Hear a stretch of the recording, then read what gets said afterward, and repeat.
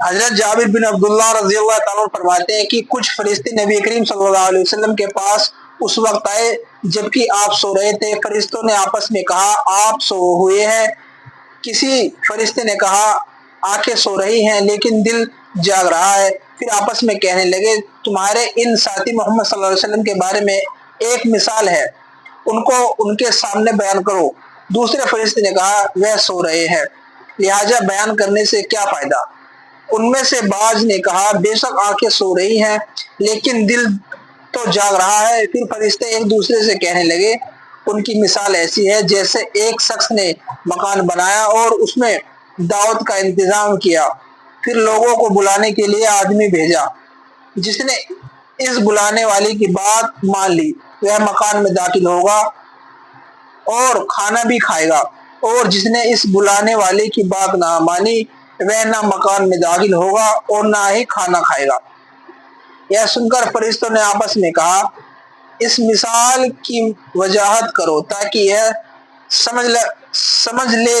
بعض نے کہا یہ تو سو رہے ہیں، وضاحت کرنے سے کیا فائدہ؟ دوسروں نے کہا آنکھیں سو رہی ہیں مگر دل تو بیدار ہے۔ پھر کہنے لگے وہ مکان جنت ہے جسے اللہ تعالیٰ نے بنایا اور اس میں مختلف نعمتیں رکھ کر دعوت کا انتظام کیا، اور اس جنت کی طرف بلانے والے محمد صلی اللہ علیہ وسلم ہے۔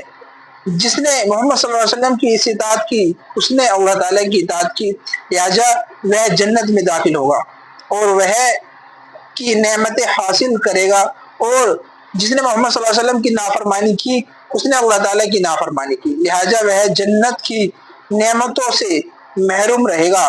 محمد صلی اللہ علیہ وسلم نے لوگوں کی دو قسمیں بیان کر دی، ماننے والے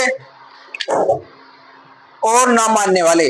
فائدہ: حضرات انبیاء اکرام علیہم السلام کی یہ خصوصیت ہے کہ ان کی نیند عام انسانوں کی نیند سے مختلف ہوتی ہے۔ عام انسان نیند کی حالت میں بالکل بے خبر ہوتے ہیں جبکہ انبیاء نیند کی حالت میں بھی بالکل بے خبر نہیں ہوتے۔ ان کی نیند کا تعلق صرف آنکھوں سے ہوتا ہے۔ دل کی نیند حالت میں بھی اللہ تعالیٰ کی ذات عالی سے جڑا رہتا ہے۔